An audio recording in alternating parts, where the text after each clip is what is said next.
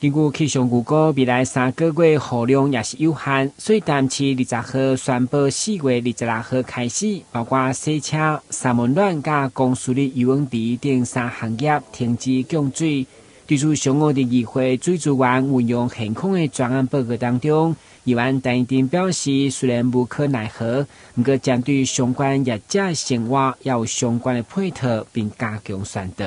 水情持续严峻所以从4月26号开始，包括游泳池、洗车业者、三温暖，还有26号开始就停供自来水这是昨天这个我们市政府的 LINE 发出来的那我想请问一下我们当然大家知道要共体时间啦那但是突然就宣布了26号，包括洗车场啊、游泳池、三温暖、水疗业者停止供水那请问一下这些人的生计何去何从？我有什么配套的作业？比如洗车场有的比较大型的，那洗车场其实就是小小一家，可能就几个人的一个小公司。那请问一下，你叫他们这些这些工作人员怎么办？现在目前有一个停止供水的一个状况，是。那当然他们在营业上面是不是有一些那个损失的部分？大概有一些的减免税收的部分，是。大概也会做一个这样子的减免税收。对。那第二个呢，当然在那个洗车业者，因为它是非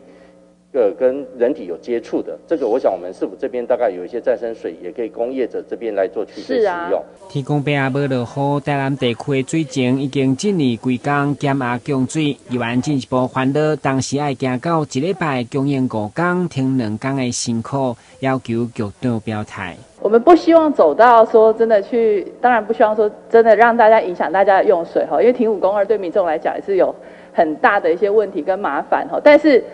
未雨绸缪啦所以我想请教局长我们现在的看起来，如果一直不下雨啦，什么时候可能会面临要停5公2？公5停这个部分，我想公5停2这个部分大概应该会在中央在面中心这个会最后来讨论这个相关的一个作业情形如何将水资源的利用甲调配更有效率？上午议会专案报告，这个议员拢踊跃出席关心。对着民众主动省水，超过30%的民众，市府嘛将祭出100万奖金的奖励，前600名每一户会当得到1000块的礼券。但新闻顾问及林根采访报道。